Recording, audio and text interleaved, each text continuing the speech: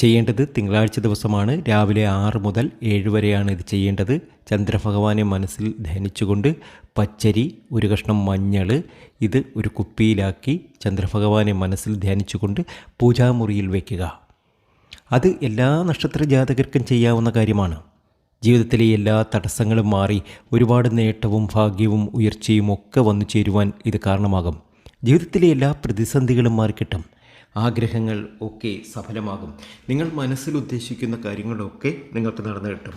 അല്പം പച്ചരി എടുക്കുക, അതിനുശേഷം അല്പം മഞ്ഞളിൻ്റെ 2 കഷ്ണം എടുത്താൽ മതി. ഈ കഷ്ണം എടുത്തതിന് ശേഷം ഒരു കുപ്പിയിൽ അടയ്ക്കുക. അടച്ചതിന് ശേഷം നിങ്ങളുടെ പൂജാമുറിയിൽ ഇത് വയ്ക്കുക. ചന്ദ്രഭഗവാനെ മനസ്സിൽ ധ്യാനിച്ച് വേണം ചെയ്യാൻ. അതിനുശേഷം ഈ മഞ്ഞളും ഈ പച്ചരിയും അവിടെ തന്നെ ഇരുന്നോട്ടെ. നിങ്ങളുടെ ജീവിതത്തിലെ എല്ലാ ദുരിത ദുഃഖങ്ങളും മാറി ഒരുപാട് സമ്പൽ സമൃദ്ധിയിലേക്കും നേട്ടത്തിലേക്കും, അല്ലെങ്കിൽ നിങ്ങൾക്ക് എന്തെങ്കിലും ആഗ്രഹങ്ങളുണ്ടെങ്കിൽ ആ